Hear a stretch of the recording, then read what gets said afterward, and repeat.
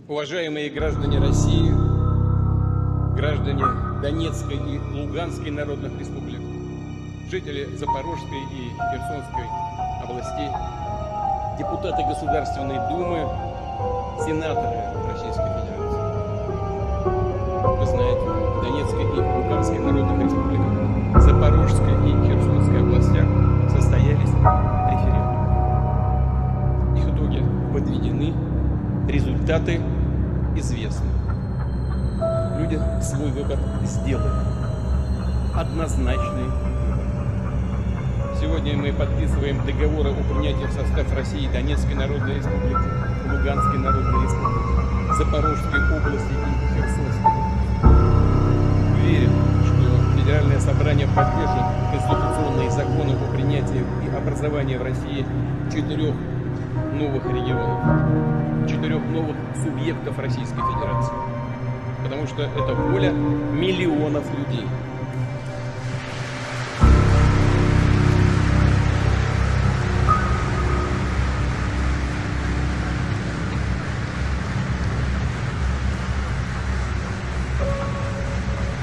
What happened there?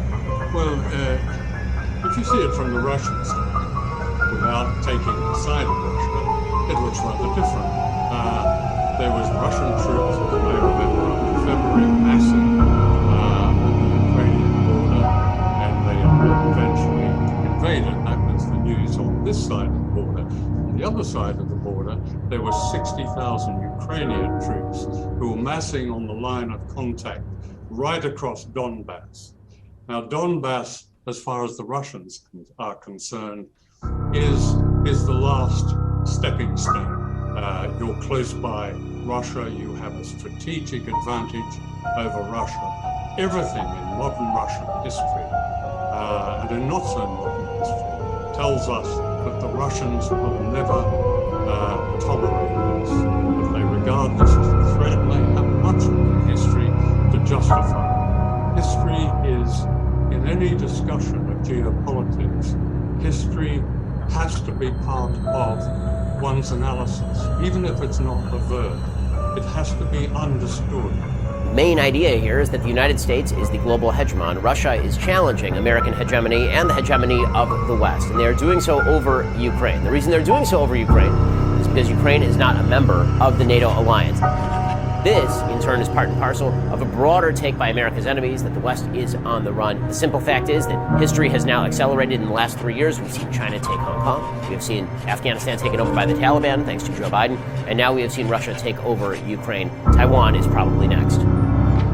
So, in 1917, the Russian Revolution breaks out, and it ends, of course, with the creation of the Soviet Union. Once the Soviet Union is created in 1922, at that point, the Soviet Union declares that Ukraine is going to be one of the associated people's republics.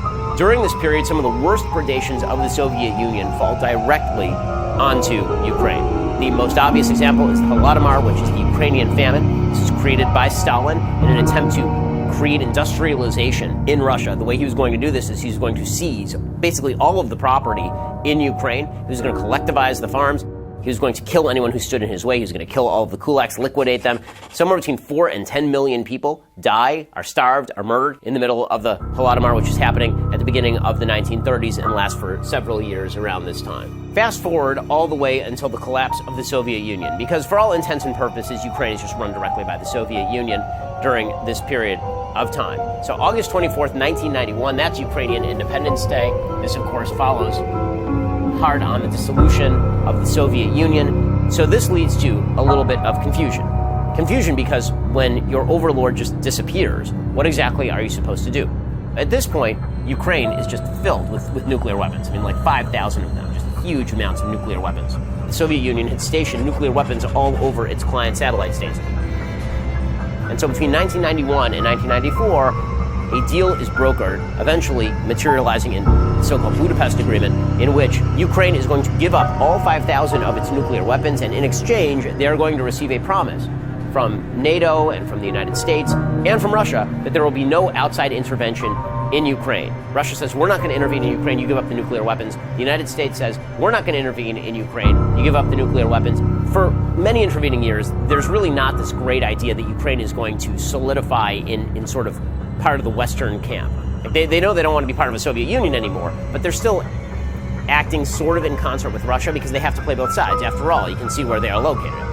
And to pull away from the Russians carries a certain amount of threat. That threat is exacerbated pretty dramatically by the rise of Vladimir Putin in the late 90s as opposed to the drunken, old, bloviating Boris Yeltsin. The rise of a KGB agent who has designs on reconstituting the Russian Empire changes some perspectives in Ukraine. All of this comes to a head in 2004, 2005. There's an election in Ukraine between a guy named Viktor Yushchenko and then another guy named Viktor Yanukovych. Yanukovych, who seems to be more aligned with Russia. They're running fairly evenly.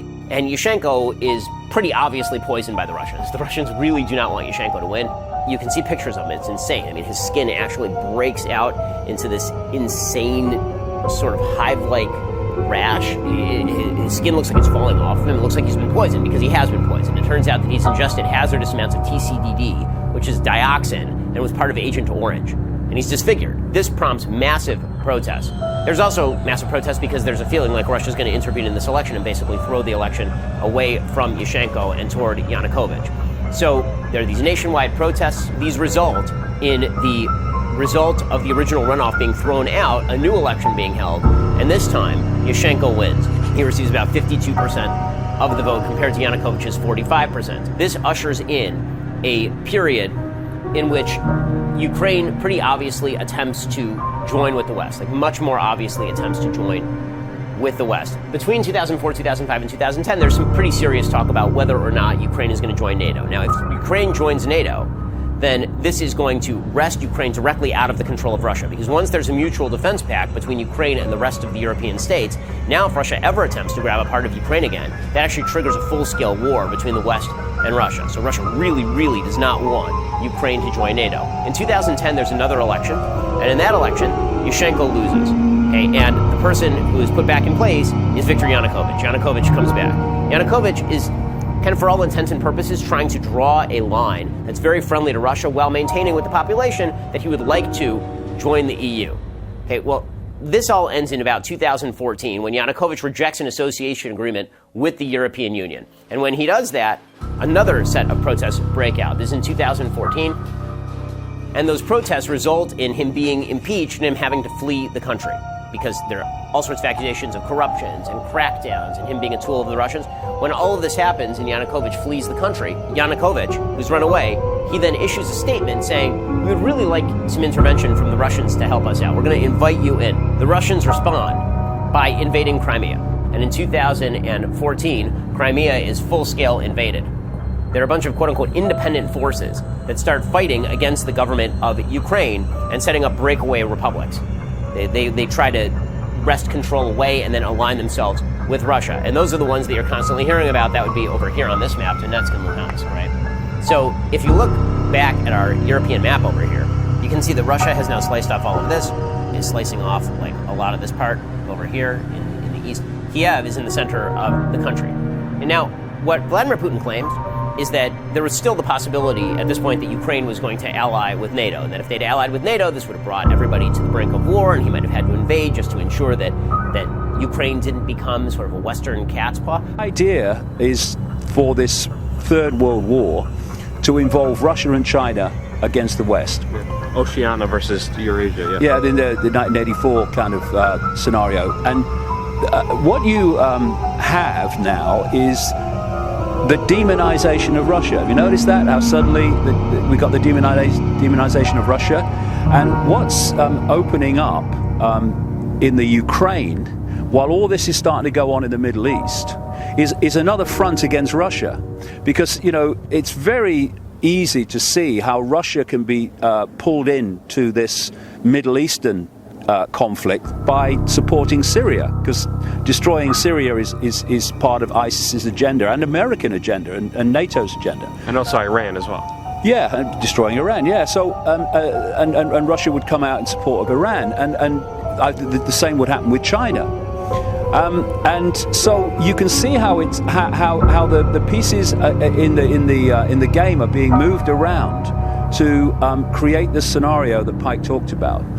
And the idea is to basically bring everything to its knees, so that the world would have to be rebuilt in its structure and the way it operates, and that would be in the image of what they've been working towards all along: world government, world central bank, world army, world currency, centralized control of the planet. It's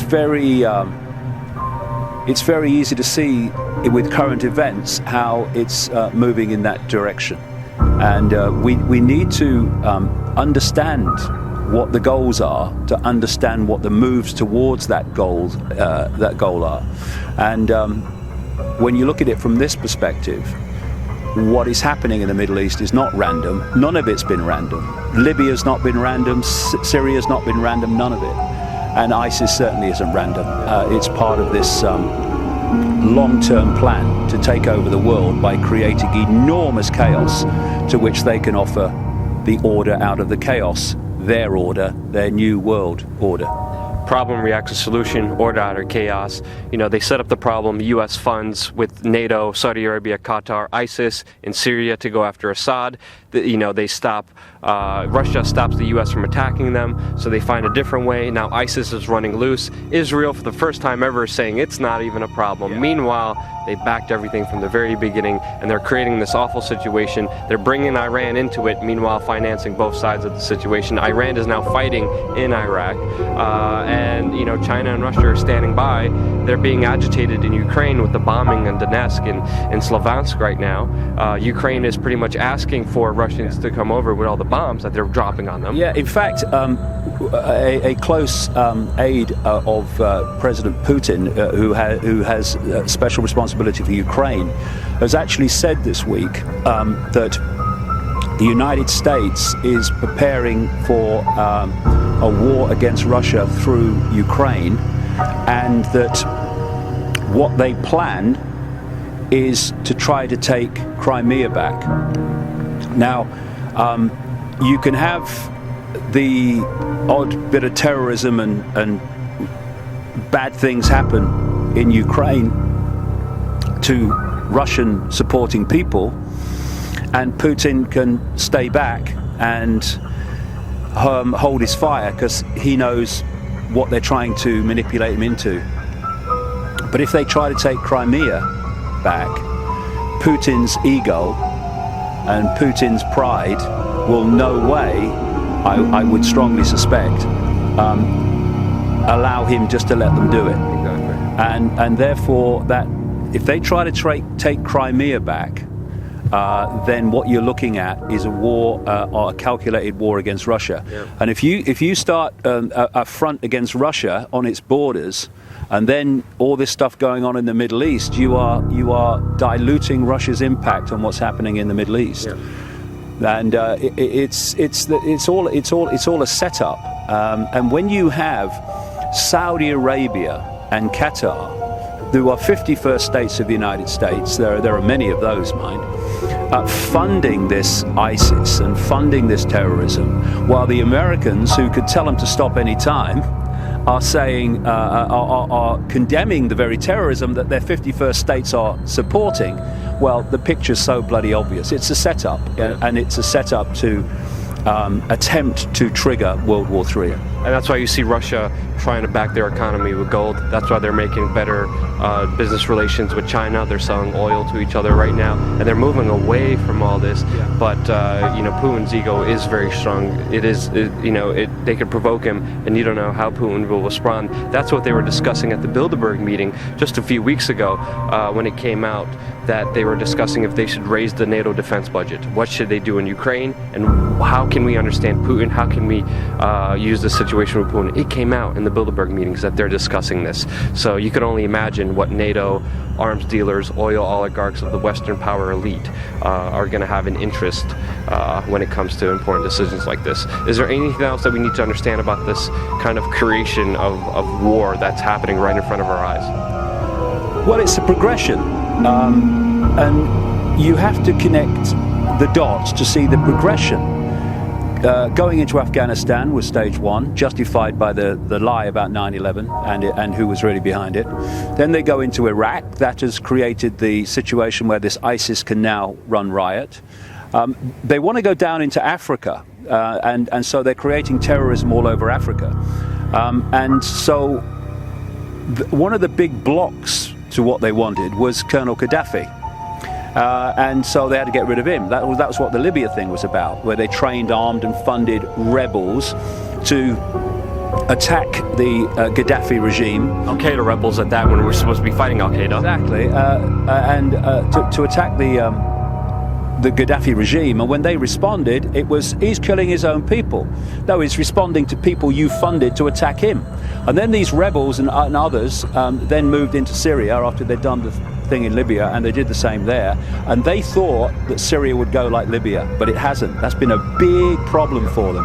And when they wanted to, because they were behind the time, they wanted to push that on. That's when they did the chemical weapons scam, which was not Assad's work at all. That would have been suicide. He's not that stupid. It worked in Iraq once, and then Russia came in, stepped in, blocked it off, and also popular support stopped the war in Syria. Yeah, and your popular rejection of bombing another country stopped that being pushed on. So they're behind time on Syria. But that moves then into ISIS. By arming ISIS, the Americans allow them to also supply the terrorists in Syria, which they also control.